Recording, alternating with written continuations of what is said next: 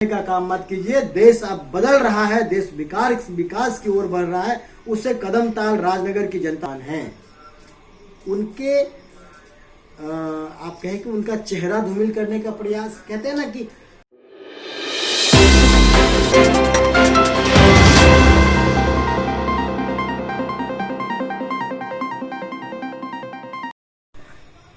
नमस्कार। इस वक्त हम राजनगर विधानसभा में हैं। राजनगर में आबो हवा में राजनीतिक पूरी तरह से चरम पर है और हर प्रत्याशी डोर टू डोर कैंपेन में लगे हुए हैं। आज हम ऐसे भाजपा के कदावर नेता से मिलाने जा रहे हैं जो राजनगर में अपनी मेहनत से हवा को, रुख को बदलने में एक हद तक कामयाब हुए हैं। हम बात कर रहे हैं गजेंद्र झा जी की, जो भाजपा के जमीनी स्तर से जुड़े नेता रहे हैं और अभी अपने स्तर से भाजपा की जो यहाँ पर कुछ कमी दिखाई दे रही थी इस राजनगर विधानसभा में, उसको एक हद तक सुधारने का प्रयास किया। आइए जानते हैं इन्हीं से कि कितनी मुश्किल और कितनी आसान राजनगर। मनोज जी, सबसे पहले तो मैं आपको बहुत बहुत धन्यवाद कहना चाहूँगा कि आप लोग जगह जगह घूम के मतदाताओं को जागरूक करते हैं, क्योंकि हक की लड़ाई करना उन्हें सिखाते हैं। मुझे बहुत अच्छा लगा। दूसरी बात ये कि जब हम बात करते हैं राजनीति की, तो राजनीति में दो तीन चीज़ें आती हैं। जब आप कहीं काम करते हैं तो निश्चित तौर पे एक व्यक्ति हर किसी को खुश नहीं कर सकता। हर कोई व्यक्ति एक व्यक्ति से प्रसन्न नहीं हो सकता, यह एक स्वाभाविक प्रक्रिया है। बात मैं रामप्रीत पासवान जी की करूंगा, जो भारतीय जनता पार्टी से जीते हुए विधायक भी हैं वर्तमान में और प्रत्याशी भी हैं अभी वर्तमान में भी। मैं सबसे पहले मैं आपको अपना व्यक्तिगत जो मेरा एक्सपीरियंस है वो साझा करना चाहता हूँ। मैं इस मिट्टी से हूँ, मैं यहाँ जन्मा और पला बढ़ा हूँ। मेरे जन्म से लेके और अब तक इस पंचवर्षीय में जो काम हुआ वह कभी नहीं हुआ।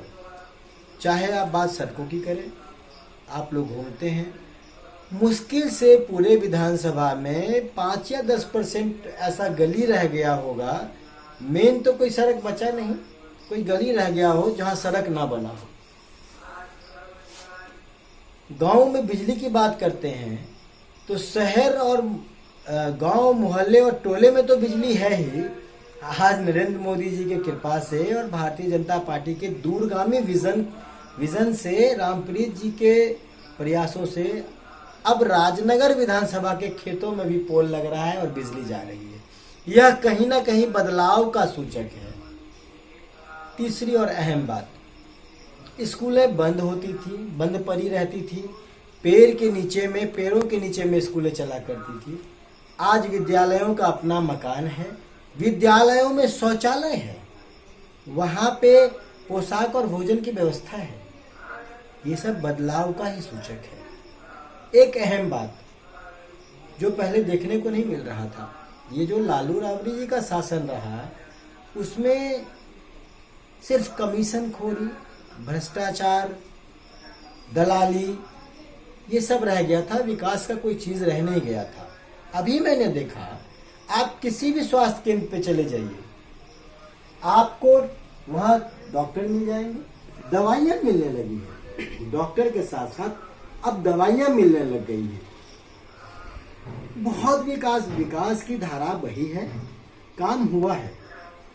जैसा कि आपने कहा, हाँ, मैं कह सकता हूँ कि कुछ प्रायोजित लोग हैं जिन्हें समाज ने, हर मोहल्ले में आप देखेंगे कुछ ऐसे एंटी सोशल और सामाजिक तत्व होते हैं जिन्हें समाज नकार देता है।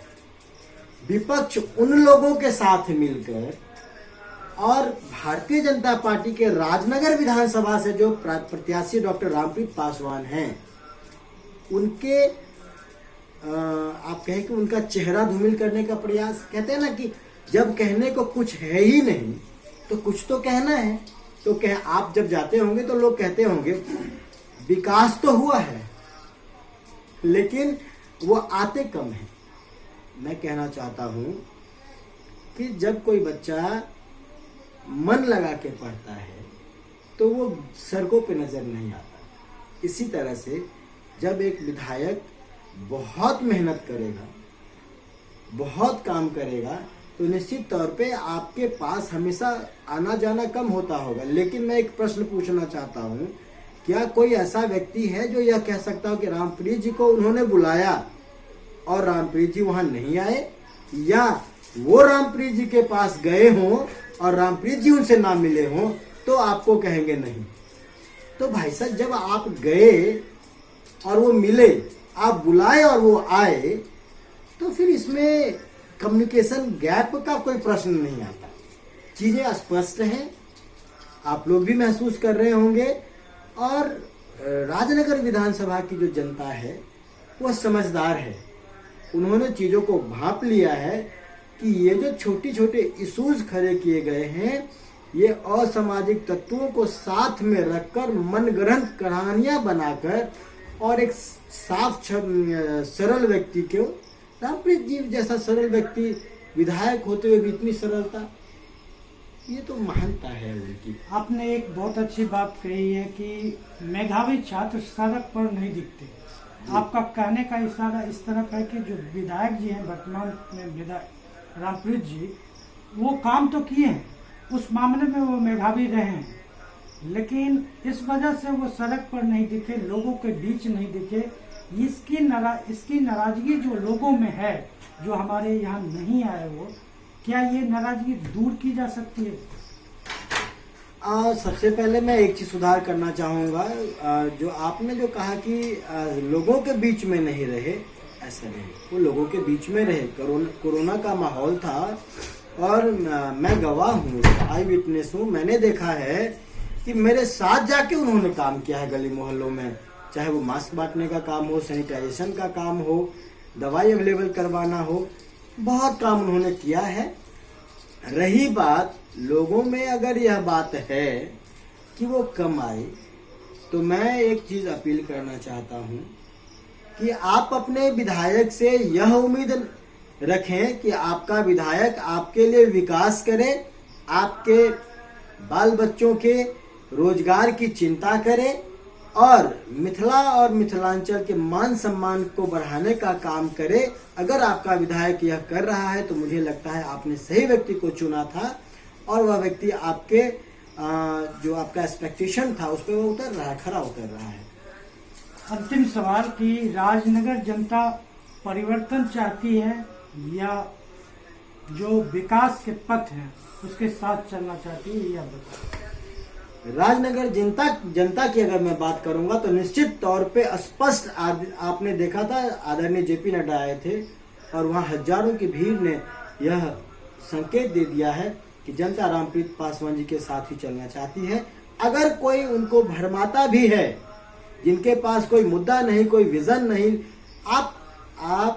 मैं राजनगर के लोगों से पूछना चाहता हूं, क्या 5 साल पहले उस जंगल राज में जाइए जब जहां तहां लूट, बलात्कार, कमीशन खोरी, डकैती जहां तहां चल रहा था, जब उस ओर आप जाएंगे, जब भी आपको इच्छा हो कि आप ये नौमी फेल तेजस्वी यादव की सरकार की तरफ अगर आप जाना चाहें या भ्रष्टाचारी कांग्रेस की तरफ जाना चाहें, जो ये लोग देशद्रोही हैं, आप देखिए ये चाइना की हिमाकत करते हैं।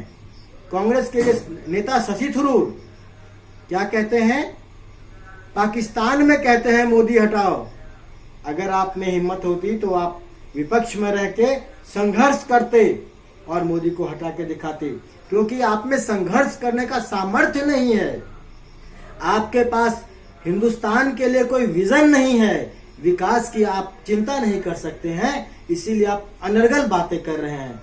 मैं आपके माध्यम से, आपके चैनल के माध्यम से मनोज जी, राजनगर की जनता से करबद्ध प्रार्थना करता हूं और आह्वान करना चाहता हूं, मैं कहना चाहता हूं, अपील करना चाहता हूं कि बहुत मजबूती से आप भारतीय जनता पार्टी भाई नरेंद्र मोदी जी के साथ खड़े होइए, रामप्रीत पासवान जी को आप वोट दीजिए, जिताइए और विकास की जो धारा बढ़ चली है उसको रोककर पाप के भागी मत बनिए, देश को रोकने का काम मत कीजिए। देश अब बदल रहा है, देश विकास की ओर बढ़ रहा है, उससे कदम ताल राजनगर की जनता भी करे और राजनगर का विकास।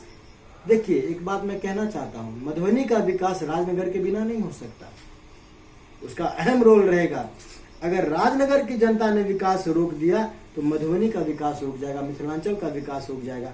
यह नहीं होना चाहिए। राजनगर का जन जन और कन कन रामप्रीत जी के साथ में है और मैं आपको आश्वस्त करना चाहता हूं कि यह चुनाव हम लोग भारी मतों से जीत रहे हैं, इसमें कहीं कोई शंका नहीं है। तो ये थे भाजपा के कद्दावर नेता। ऐसे ही नेताओं से हम रूबरू करवाते रहेंगे। आप बने रहें ABN लाइव के साथ।